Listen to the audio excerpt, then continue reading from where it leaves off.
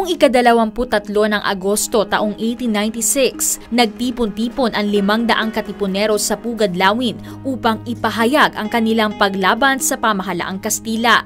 Tinawag ang pangyayaring ito sa kasaysayan bilang Sigaw sa Pugadlawin. Ngunit hindi ito ang literal na sigaw na alam natin sa dialektong Tagalog. Ang salitang sigaw dito ay isinalin mula sa salitang Espanyol na El Grito de Rebelión o El Grito na nangangahulugang desisyon o pagtawag ng himagsikan. Dito rin naganap ang malasimbolikong pagpunit ng mga katipunero sa kanilang mga sedula bilang pagpapahayag ng kanilang pag-aalsa laban sa mga Kastila. Ito ang sinasabing naging hudyat ng simula ng revolusyon ng mga Pilipino laban sa rehimen ng Espanya. Taong 1908 nang itayo ang isang monumento sa Balintawak bilang pag-alaala sa pangyayaring ito sa kasaysayan ng Pilipinas. Taon-taon ding ginugunita ang Sigaw sa Pugadlawin tuwing ika-23 ng Agosto.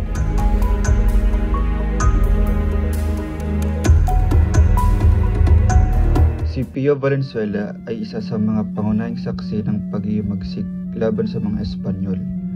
Ayon sa kanya, ang makasaysayang pagpupulong kung saan pinunit ng mga katipunero ang kanilang mga sedula ay naganap sa Balintawak noong Agosto 23, 1896, hindi sa Pugadlawin. Sinabi rin niya na walang paggamit ng katagang sigaw ng Pugadlawin noong kanilang panahon, kundi sigaw ng Balintawak.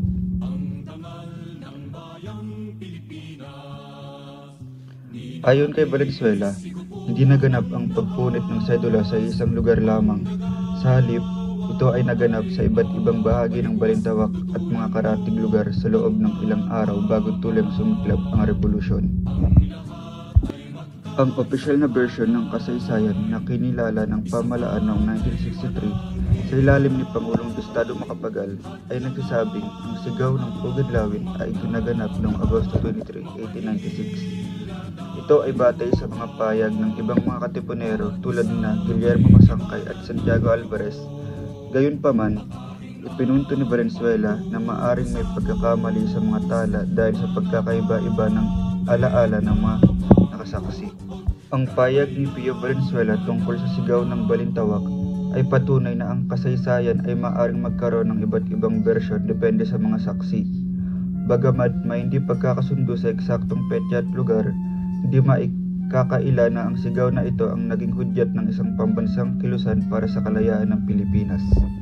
Ang payag ni Pio Valenzuela tungkol sa sigaw ng Balintawak ay patunay na ang kasaysayan ay maaaring magkaroon ng iba't ibang bersyon depende sa mga saksi. Bagamat may hindi pagkakasundo sa eksaktong petsa at lugar, hindi maikakaila na ang sigaw na ito ang naging hudyat ng isang pambansang kilusan para sa kalayaan ng Pilipinas.